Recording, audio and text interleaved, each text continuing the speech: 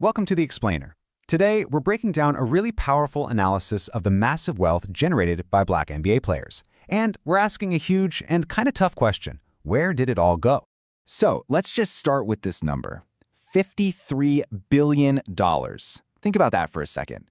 That's the estimated salary Black NBA players have collectively earned since the mid-1980s. I mean, it is a staggering, mind-blowing figure. And all that cash, it was generated by the on-court genius, the cultural power of Black athletes. But where that wealth actually ended up? Well, that tells a much more complicated story. And it raises a critical question about what its ultimate impact really was. To really wrap our heads around this, the source material asks us to imagine this concept, Black NBA Hoopers, Inc. Think of it like a massive corporation. And its most valuable assets, the key drivers of its value, it's the players themselves. Okay, so let's follow the money. First, we need to trace the main path this wealth has traveled. And honestly, it's a story of smart ambition, following a series of logical and often very, very lucrative investment decisions.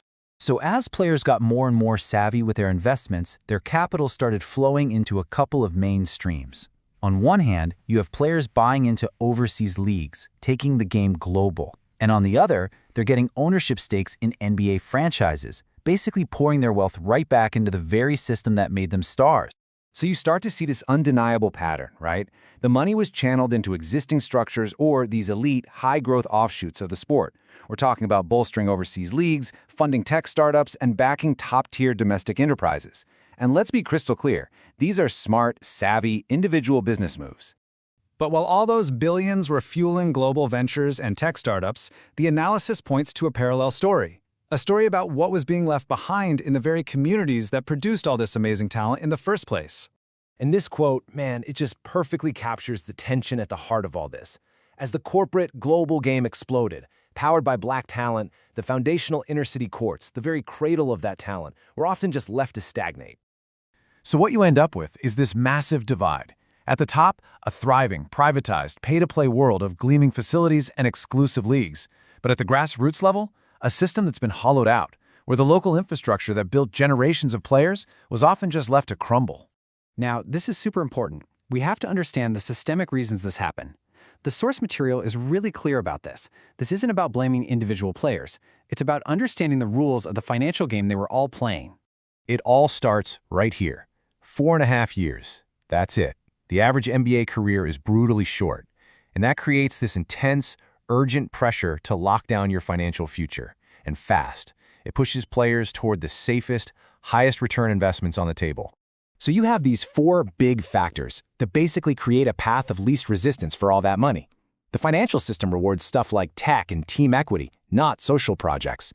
The industry gatekeepers kind of steer players toward approved channels. That short career clock is always ticking, demanding quick wins. And advisors, they're going to push the standard playbook, not radical community-building projects. So, the crucial point here is this. Even with the absolute best intentions, players are incentivized to reinforce the very system they have the power to change.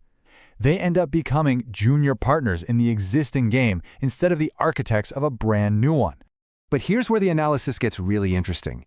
It doesn't just point out the problem, it proposes a solution, framed as this fascinating thought experiment. What if the players had used a totally different game plan, a collective one? The idea is radical, but it's also pretty simple. What could have been built if top players had pulled just a tiny fraction of their earnings, we're talking 2 to 5% of their contracts, into a shared fund aimed squarely at community basketball development? The vision here is huge. We're talking about a nationwide community-owned network. Imagine it, 100-plus modern facilities in the neighborhoods that need them most, completely shattering the pay-to-play model. And this isn't just about basketball. It's an economic engine, creating local jobs, reinvesting every single dollar of revenue back into the community, and building an entire ecosystem from the ground up. All right, let's bring it all home. This whole thing builds to a really powerful conclusion about the difference between two kinds of power. And here's the critical distinction the analysis makes. On one side, you've got individual success, which is great, but it often just reinforces the way things are.